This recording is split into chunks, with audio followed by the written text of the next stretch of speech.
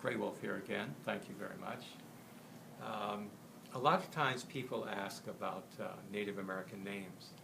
Sometimes they say they appear a little bit silly because they are usually what we call portmanteau words, 2 or 3 words that have been put together to mean one specific thing. But actually there's usually a very large meaning to the particular names as to what they mean. For instance, Geronimo's name was Goyefle. It means one who yawns, one who's very thoughtful, an introspective person. Sitting Bull's name, oh, I can't remember what it is. I apologize to the Lakota people for not remembering his name. But if you consider Sitting Bull, he of course was a medicine man, is a bull that is not going to harm you. It's not going to charge you down and run you down. It's a thoughtful bull. Crazy Horse, well, that sounds like somebody that's out of complete control.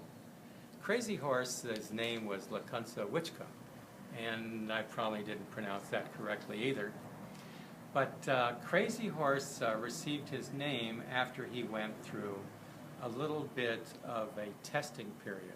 When he was very, very young, his hair was believed to be sandy colored, and his eyes were hazel. And what happened was the children used to make fun of him and pull his breechcloths down.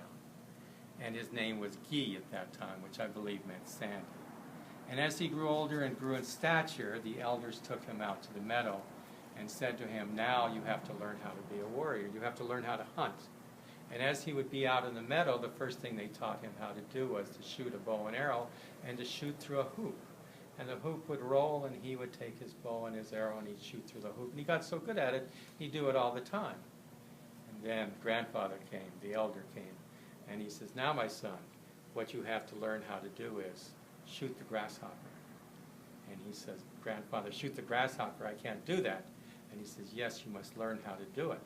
And he would go through the meadow, and he would stir up the grasshoppers, and then he would take his bow and arrow, and he would shoot the grasshopper. Now, this is something that's very, very difficult to do, and what would happen was Crazy Horse would shoot and shoot and shoot and just give up. Then he'd come back in the evening for dinner, and what happened was he got turnips because he wouldn't get a good meal of meat because he wasn't devoting himself well enough to learn how to shoot the grasshopper. Finally, after all summer long, he was able to shoot the grasshopper. And when he shot the grasshopper, the tribe was invited to take a look. And he'd come out, he'd stir up the meadow, the grasshoppers would shoot, he'd hit one, shoot, hit another, shoot another. And pretty soon he'd hit almost every single one. Everybody was so happy they were going to give him a new name. Now the name they selected to give him was Tecumseh Wichita, he whose horse is crazy. Now, that doesn't mean that he is crazy. It means that his spirit was so strong. He had learned how to control himself.